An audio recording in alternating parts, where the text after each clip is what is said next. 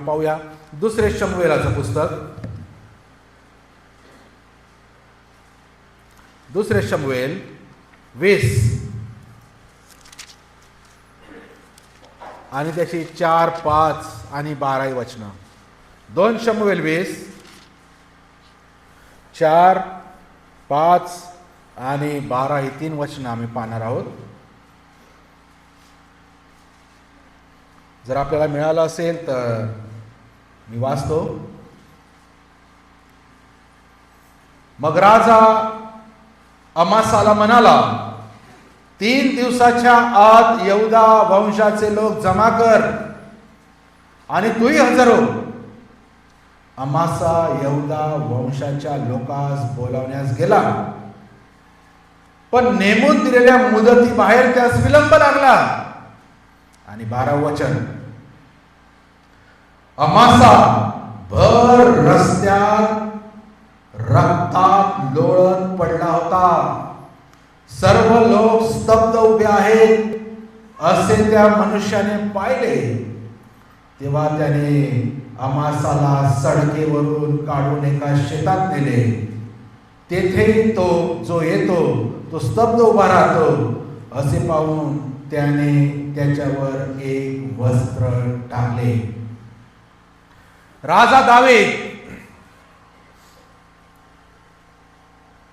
ह्याने या अमासा नावाच्या व्यक्तीला एक काम सांगितलं की तू काय कर की 3 दिवसाच्या आत सर्व यहूदा वंशातील लोकांना तू जमा कर. आपल्याला त्यांच्याशी बोलायचं आहे, कारण कोणीतरी तिथे बंड करत आहे. 3 दिवसाची मुदत दाविदाने दिली त्याला लोक जमा करायला. पण असं लिहिले पवित्र शास्त्रामध्ये, नेमून दिलेल्या मुदती बाहेर त्यास विलंब लागला. आणि जे काम त्याच्यावर सोपवलं होतं, जी मुदत ठरवली होती, जी वेळ ठरवली होती, त्या वेळेच्या बाहेर त्याने विलंब केला. त्याचा परिणाम असा झाला, तो भर रस्त्यात रक्तात लोळत पडलेला मेलेला दिसला.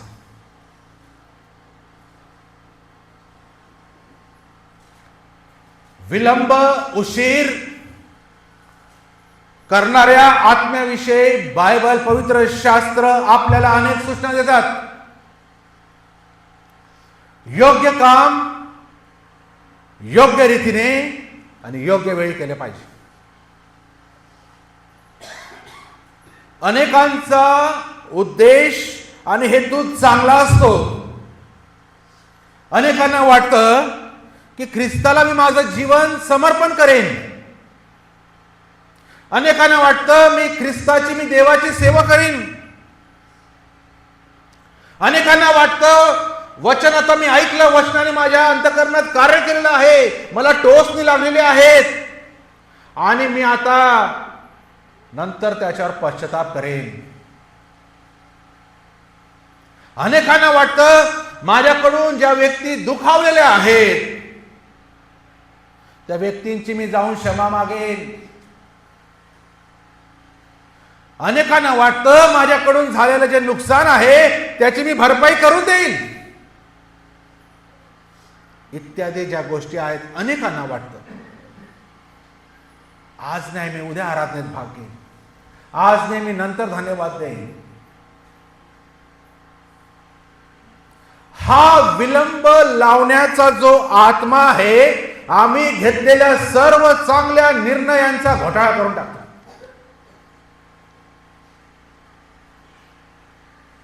आम्ही नंतर म्हणतो, जेव्हा आम्हाला अनुकूल वेळ मिळेल तेव्हा आम्ही करू असं आम्ही म्हणतो, आणि ती वेळ कधी येत नाही.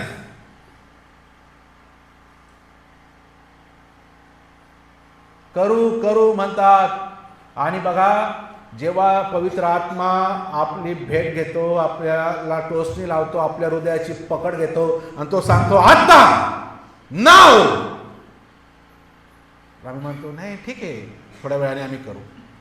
आणि जी पकड देवाचा आत्मा घेतो आणि निर्णय घ्यायला आम्हाला जी वेळ असती, त्यानंतर सैतान आमच्या कानात बोलतो नाही थांब कर, पण थांब, आताच नको. थोडं थांब. देव मला सांगतो त्याचे उपकार एवढे आहे, त्याला तू धन्यवाद दे रे. तू हात वर करे. थांब, आत्ता नाही, सगळ्यांचे वर होऊ दे, मग मी बघतो, मी करत. वेळ निघून जातो.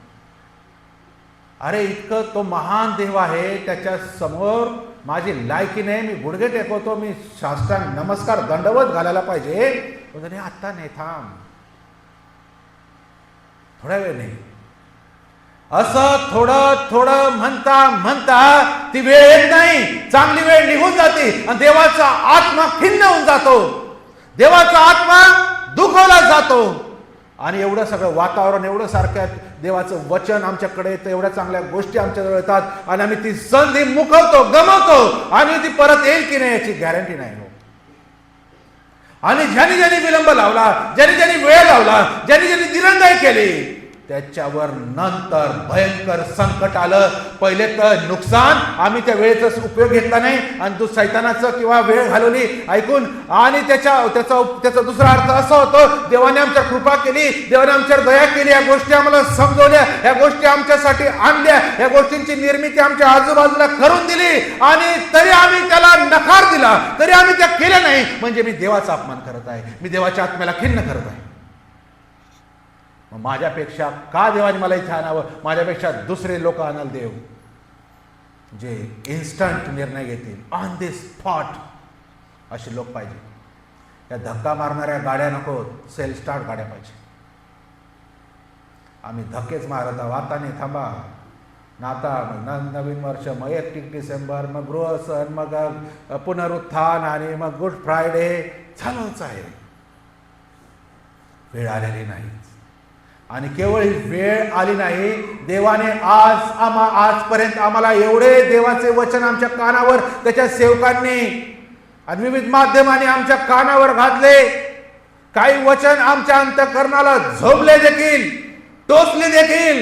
आणि आम्हाला वाटलं मी आता निर्णय करावा, आता पश्चाताप करावा, आता देवाकडे वळावं. पण मी वेळ लावला. ठीक आहे, थोड्या वेळाने करेल. आणि हाच थोडा वेळ आमच्यासाठी घातक आहे. सैतान इतका हुशार आहे, नाही कर तू, पण आत्ताच नको करू.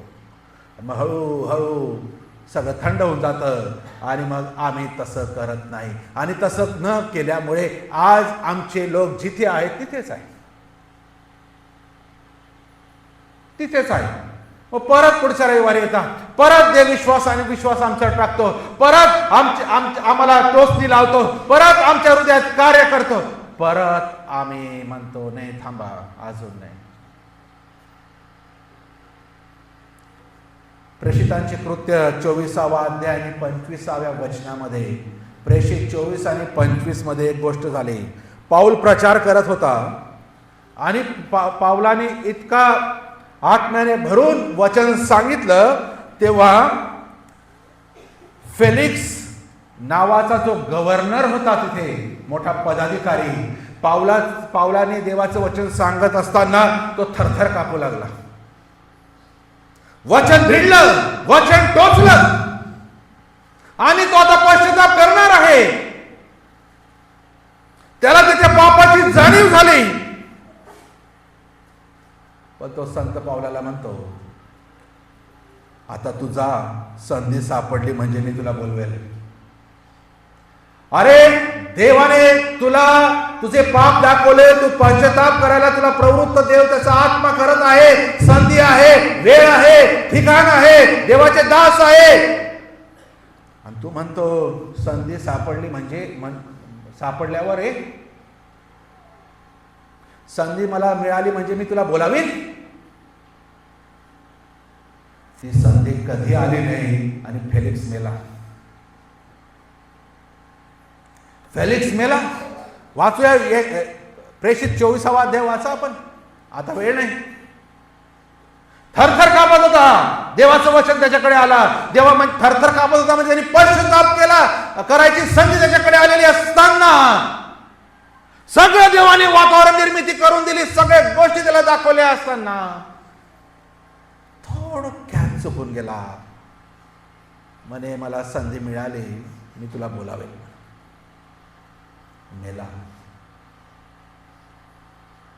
मेला. आणि विलंब लावण्याच्या आत्म्याने तो आज देखील अधोलोकामध्ये पस्तावा आणि पश्चाताप करत असत.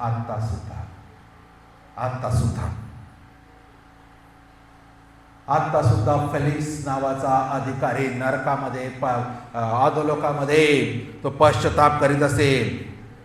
नरकामध्ये अधोलोकामध्ये सर्व पश्चाताप चालू असतो. पश्चाताप, रडत आहे, किंचाळत आहे, केलेल्या चुकांविषयी त्यांना वाईट वाटत आहे, पण उपयोग नाही. वेळ गेली त्यांच्यासाठी, जे खाली वेळ गेली. म्हणून मी म्हणतो ख्रिस्ती लोकांसाठी वेळेचं पालन सर्वात जास्त महत्वाचं आहे. थोडीशी वेळ चुकली, सर्व चुकून जाऊ शकतं.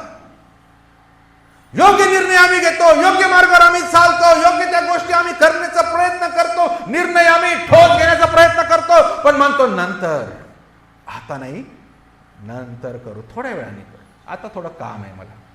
आणि नेमकं तेच विलंब, तीच दिरंगाई, तोच वेळ घालवूपणा आम्हाला नडतो.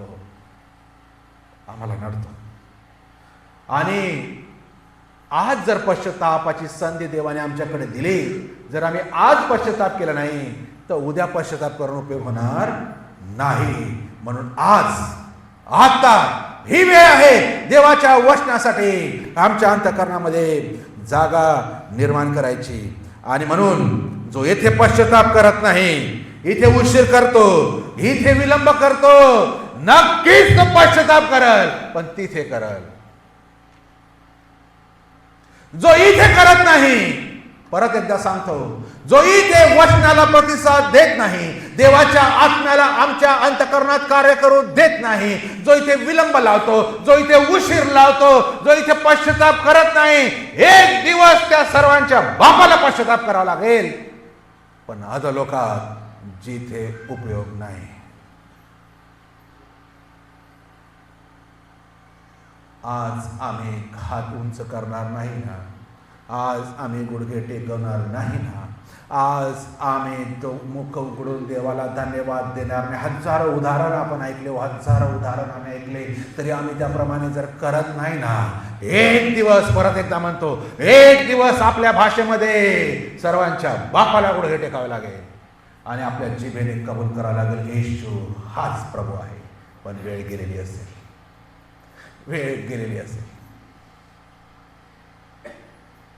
जो इथे करणार नाही पश्चाताप, तो तिथे करेल.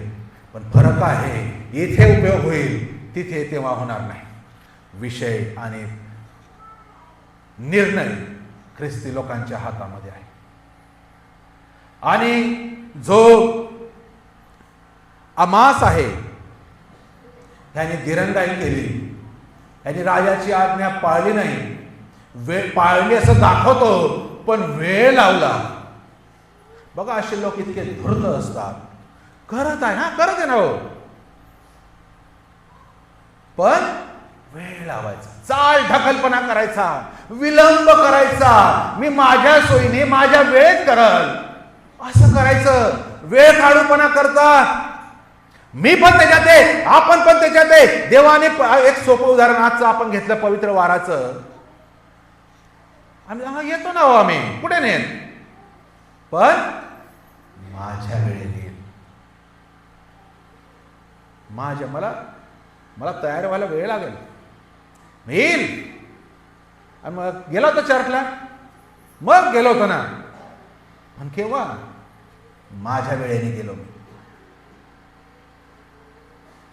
आमास गेला, त्याच्या वेळेने गेला, आणि त्याच्या वेळेने गेला म्हणून रस्त्यात रक्तात लोळत पडलेला दिसला. माझ्या वेळेने नाही. ज्या गोष्टी मला सांगितल्या त्याच वेळेत होणं गरजेचं आहे. आणि आम्ही जेव्हा विलंब लावतो, तो सैतानापासून असतो, देवापासून नसतो. मला तयारीला उशीर होतो, लवकर उठ, कारण देऊन उपयोग नाही. लवकर उठ, नाश्ताने नको करू, नाश्ता नको पिऊ, चहा मरून जाईल का? 2 तासांनी? हे दर्शवतं, मी इतकी कळकळीने काय सांगत आहे, हे दर्शवतं माझ्या देवासाठी कोणती अडचण माझ्या समोर येता कामा नये.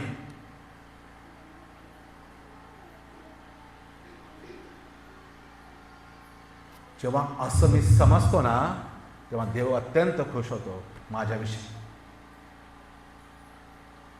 पण आम्ही ख्रिस्ती लोक, सैतान इतकं भारी आम्हाला त्यांनी सांगून ठेवलेलं आहे, मुद्दामून रविवार आला रे आला, आम्ही विलंबच लावतो. मी कितीदा सांगितलं, एकमेव चर्च आहे या 2 जिल्ह्यामध्ये, वेळेच्या आधी आम्ही सुरू करतो, वेळेच्या आधी.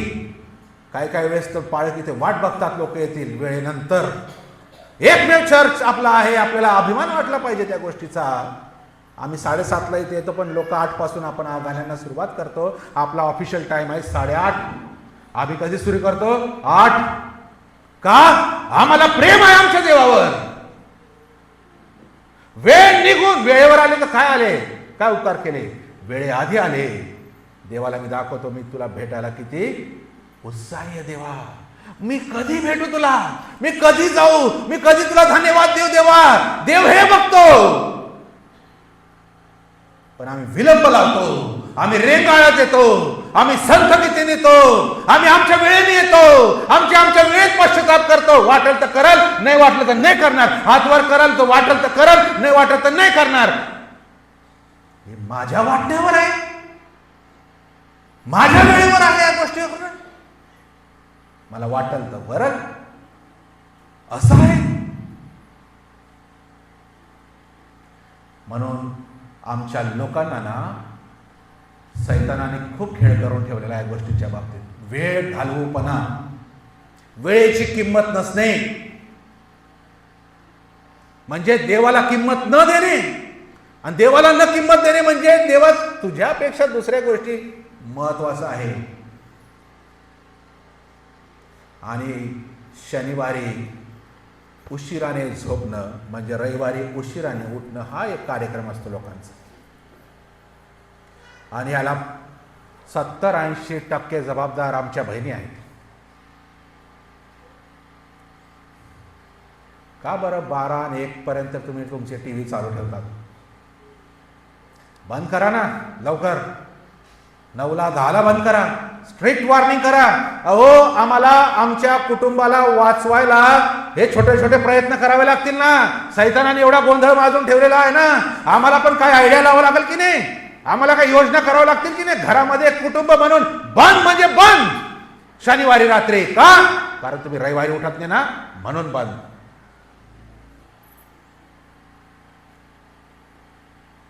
आम्हाला घ्यावं लागेल इनिशिएटिव्ह, आम्हाला घ्यावं लागेल आपल्या परिवाराला, आपल्या लेकरांना वाचवण्यासाठी. हे तर झोपाच काढतील किती वेळ झोपवलं तरी. आम्हाला घ्यावं लागेल, कारण देवाची वेळ चोरता कामा नाही. आले तर काय आले आपल्या वेळेमध्ये. आणि म्हणून प्रियांनो, विलंब लावण्याचा आत्मा सैतान आमचे खेळ करून देतो. जाना तुम्ही चर्चला, पण तुमच्या वेळेने जातो सांग. उभा राहत नाही, काही प्रॉब्लेम नाही, पण समर्पण करू नका. लोक काय म्हणतील? उद्याचा दिवस आपल्या सर्वांसाठी आहे. एकमेव आपल्याला वाटत असेल मी देवावर प्रेम करावं. प्रियांनो, न जाणो आमच्या आयुष्यात वेळ परत येते नाही. न जाणो संधी साधून घ्या. दिवस वाईट आहे, देवाचं वचन सांग. संधी साधून घ्या. जेवढ्या संधी लवकर घेऊन घ्या. पवित्र वारे लवकर या. संधी आहे, लवकर या. उद्या काय होईल, नंतर आता दुपारी काय होईल, कोणाला माहिती.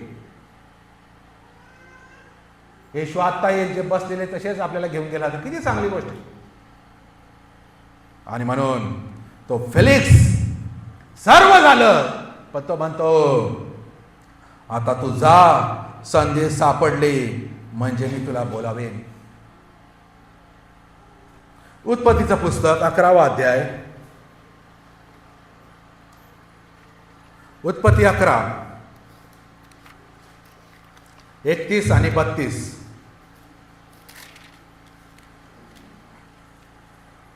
उत्पत्ती 11, 31 आणि 32 मध्ये लिहिलं आहे, मग तेरह आपला मुलगा अब्राम आपला नातू म्हणजे हारानाचा मुलगा लोट आणि आपली सून म्हणजे आपल्या मुलगा अब्राम याची बायको साराय याच बरोबर घेऊन खासद्यांचे ऊर येथून कनान देशात जाण्यास निघाला आणि ती हारान येथे जाऊन राहिली.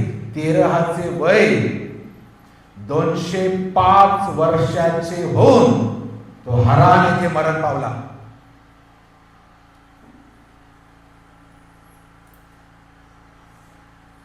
तेरह नावाचा व्यक्ती, त्याचा मुलगा, त्याची सून याला घेऊन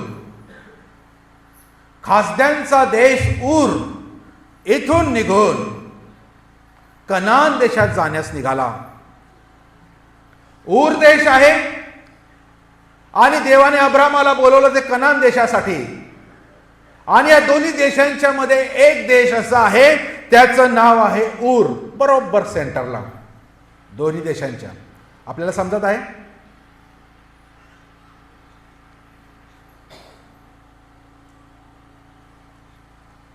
ऊर देश, कनान देश आणि मध्ये सेंटरला आहे, मी चुकून हरान देश. सेंटरला हरान आहे. परमेश्वराने अब्रामाला सांगितलं की सर्वस्वाचा त्याग करून कनान देशात जा.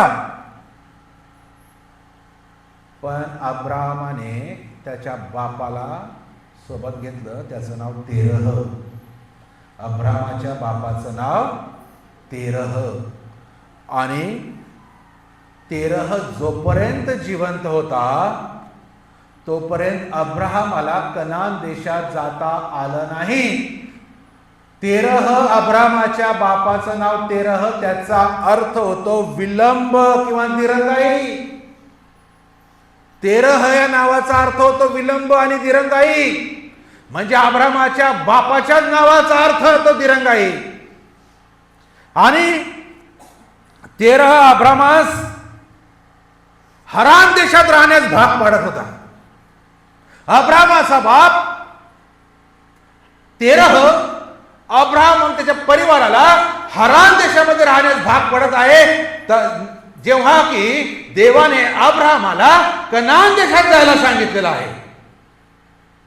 म्हणजे हा हरान देशामध्ये हा दिरंगाईचा आत्मा, हा विलंब लावण्याचा आत्मा, ज्याच्या नावाचा अर्थ आहे तेरह, हा अब्रामाला तिथे विलंब लावायला ठेवून राहिलेला आहे. अब्रामाला त्याच्या कुटुंबाला त्या हरान देशात वस्ती करण्यास भाग त्याचा बाप पाडत आहे. जोपर्यंत आमच्या जीवनामध्ये हा तेरह जिवंत आहे,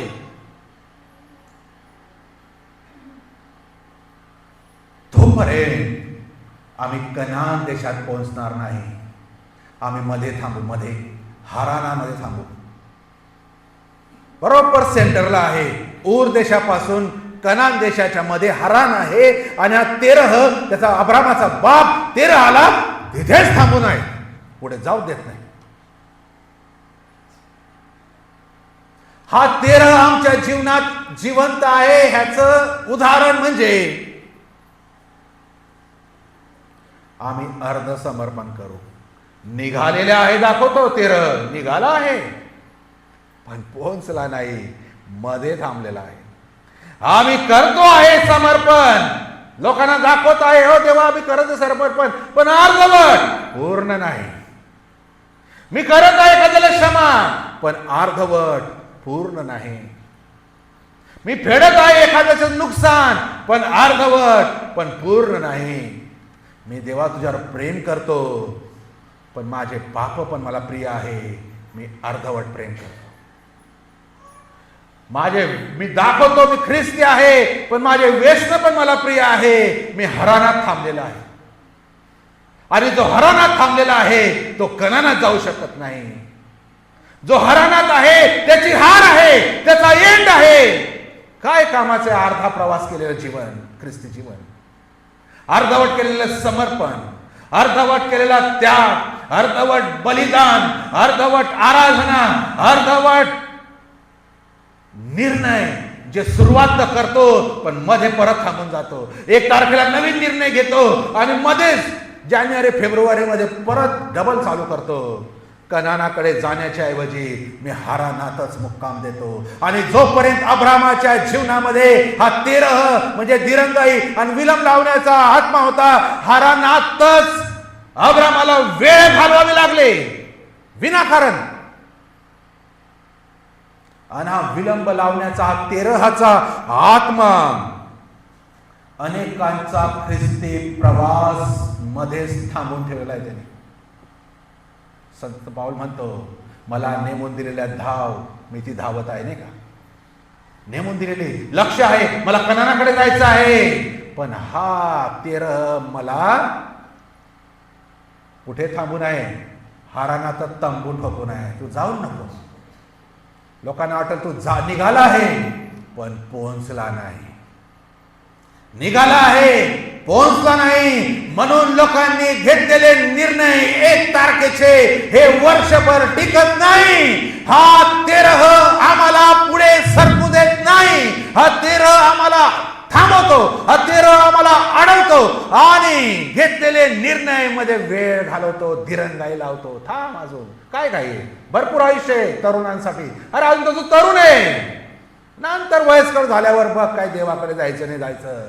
हा तेरह आम्हाला हारानात आज कितीतरी तरुण, कितीतरी लोक आज हारानामध्ये मुक्कामी आहे, घर बांधून घेतलेले आहे. आता त्यांना कनान बी नको, काय बी नको. आणि जेव्हा यहोशुवा इस्रायल लोकांना कनान देशाकडे घेऊन आला आणि त्या नदीच्या अलीकडे त्या लोकांना मुक्काम घाला थांबवलं आणि त्या लोकांना वाटलं, इस्रायल लोकांना, अरे कशाला कनानात जायचं? कनानापेक्षा जागा ही भारी आहे, सुपीक आहे, आमच्या जनावरांसाठी भारी आहे, आम्हाला काही कनानात जायचं नाही. अरे एवढे 40 वर्ष तुम्हाला जो घेऊन आला, आता कनान देश समोर असताना तुम्हाला जायला नको?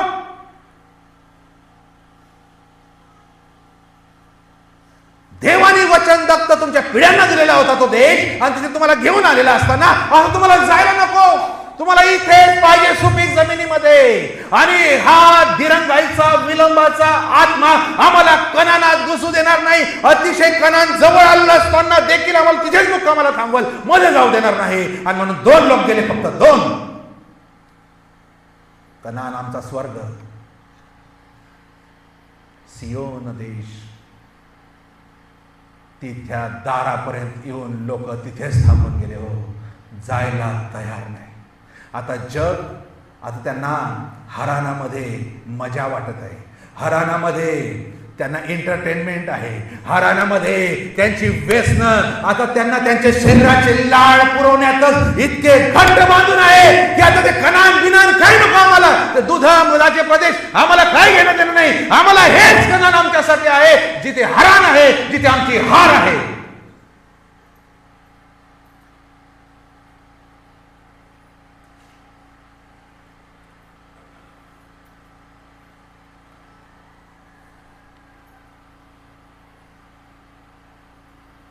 आज जर आम्ही हरानात थांबलो असेल ना,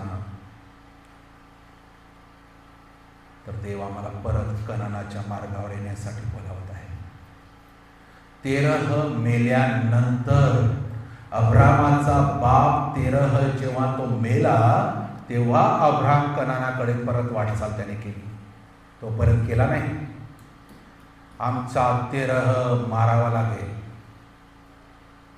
हा दिरंगाईचा आत्मा, हा विलंब लावण्याचा आत्मा, हा टाइमपास करण्याचा आत्मा, हा रेंगाळत चालण्याचा आत्मा. अरे वेळ नाही, पळायला पाहिजे. आता ही पळायची वेळ, धावायची वेळ आहे. आम्ही रेंगाळत चाललेले आहे ख्रिस्ती लोकांनो. आम्ही मागच्या वर्षी जेवढे होते, ज्या पद्धतीने वागत होतो, या वर्षी तेच वागलो हळूहळू. आणि पुढच्या वर्षी मी जर तसंच वागत असाल तर आमच्यासाठी कनानचं दार बंद आहे. आम्हाला हरानातून आता उठावं लागेल. हे तंबू गुंडाळावे लागतील, ह्याच्या मेखा उखाडाव्या लागतील आणि तंबू जाळून टाकावा लागेल. कारण आता मुक्कामाची वेळ नाही, आता थांबायची वेळ नाही, आता धावायची वेळ आहे. कनानाकडे थांबायची वेळ आहे, कारण कनानाचं दार बंद होत आहे. आम्ही रेंगाळत चाललेले आहोत. मनाला वाटतं म्हणून जातो, नाही वाटत नाही जाणार. आमचे पायाचे, पाठीचे, डोक्याचे दुखणे शनिवारी इतके हवे होतात की रविवारी आम्हाला उठवलं जात नाही. अरे ह्यांना तो उठून मारून मारून आणायला पाहिजे घरच्या लोकांनी. इथे जर थांबलात, संपलात, किती भयानक गोष्ट आहे हो. त्या अधोलोकामध्ये भयानक. संपला म्हणजे गेला ना. प्रार्थना करून उपयोग नाही, रडून उपयोग नाही. त्या व्यक्तीसाठी येईल का परत? मग त्यांना डिसिप्लिन, शिस्त लावण्याचं काम आईबापांना, विशेष करून बहिणींवर आहे. शनिवारची रात्र कत्तलची रात्र असते बघा. आम्हाला सैतान सगळ्या योजना त्याच्या आमच्यावर तो हावी करतो बरं का. सगळे माध्यम वापरतो तो आम्हाला इथे न येण्यासाठी. जर आम्हाला वाचायचं आहे, आमच्या लेकरांना वाचवायचं आहे, आमच्या लोकांना वाचवायचं असेल ना बहिणींनो, तुम्ही ह्या नवीन वर्षात निर्णय घ्या. नाहीतर मला वाटत नाही काय आशा होईल. आणि म्हणून हा 13 मारावा लागेल, त्याशिवाय आम्ही पुढे सरकणार नाही. तिसरे व्यक्तिमत्व आम्ही बघतो, आता म्हणजे वधस्तंभावर खेळलेला चोर येशूच्या बाजूला. आणि येशू म्हणतो, तू आज माझबरोबर सुखलोकात असशील. येशूने जेव्हा तारणाचा संदेश दिला तेव्हा येशू एक शब्द वापरतो, आज. येशू म्हटला नाही त्या चोराला, अरे वा ठीक आहे, भेटू आपण उद्या. का म्हणाला? आज, नाव, टुडे. तारण नेहमी आज असतं, पश्चाताप नेहमी आज असते, क्षमा नेहमी आज असते, परतफेड नेहमी आज असते. उद्याची गॅरंटी नाही, कारण उद्या आणि आज मध्ये रात्र आहे आणि रात्र वैऱ्याची आहे. तो खेळ करून जाईल. वैरी रात्री येतो आणि निधन पेरून जातो. शास्त्रातील उद्या आणि आज मध्ये रात्र आहे, विसरता कामा नाही. आणि म्हणून जे काही करायचं आहे ते आज करायचं आहे.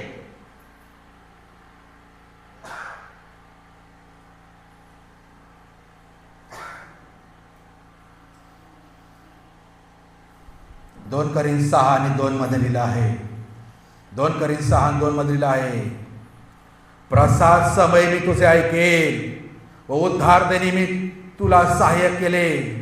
पहा आत्ताच प्रसाद समय, पहा आत्ताच तारणाचा दिवस आहे. आत्ताच, आज बी नाही म्हणत, आत्ताच. इब्री लोकांचं पत्र 3 अध्याय 7 आणि 13 वचनात लिहिलं आहे, आज जर तुम्ही त्याची वाणी ऐकाल तर तुम्ही आपली मने कठीण करू नका. जिवंत देवाला सोडून द्यावे असे अविश्वासाचे दुष्ट मन तुम्हातील कोणाच्याने होऊ नये म्हणून जपा. जोपर्यंत आज म्हटलेली वेळ आहे तोपर्यंत एकमेकास तुम्ही प्रति दिवशी बोध करा, यासाठी की पापाच्या फसवणुकीने तुम्हातील कोणी कठीण होऊ नये. जोपर्यंत आज म्हटलेली वेळ आहे तोपर्यंत एकमेकास बोध करा, तुमची कोणाची मन कठीण होऊ नका.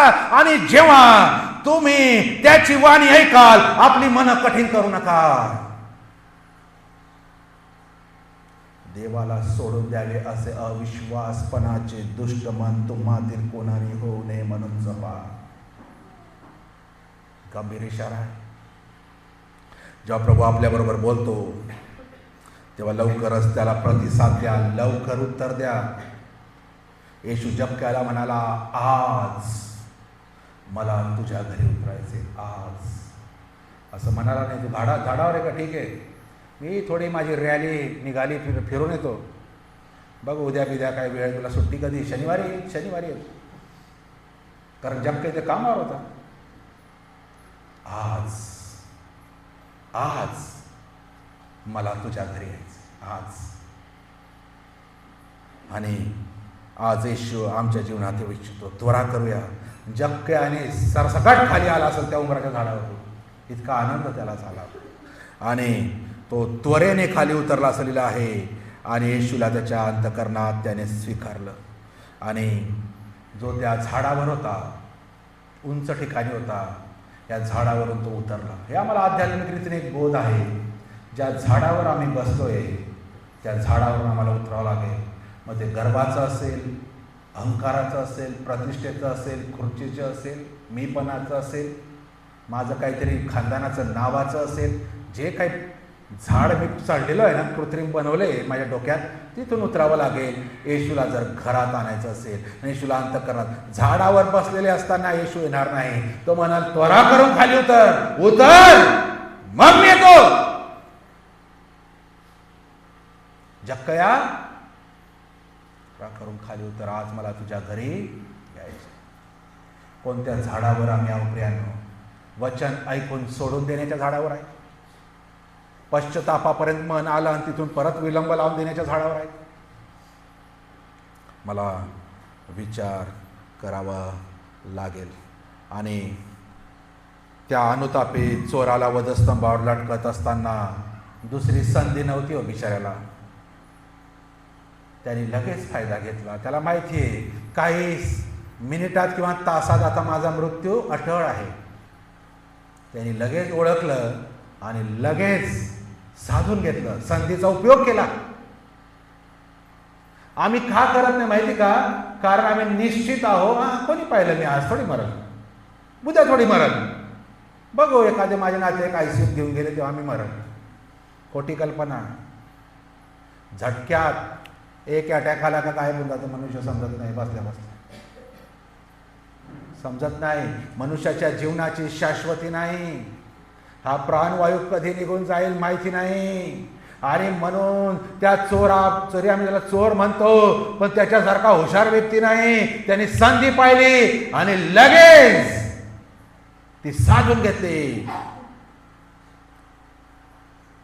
या वर्षाच्या शेवटल्या दिवसात आम्ही पोहोचतो प्रियांनो. मागील वर्षभर कितीतरी मौल्यवान दिवस आम्हाला देवाने दिले. आम्ही जाणतो का देवाने किती चांगल्या चांगल्या वेळ आम्हाला इथे आणलं. चांगलं वातावरण देवाने आम्हाला दिले. भरपूर संधी, पश्चातापापर्यंत नेणाऱ्या संधी प्रभूने आम्हाला दिली. आम्ही खरंच केला का पश्चाताप?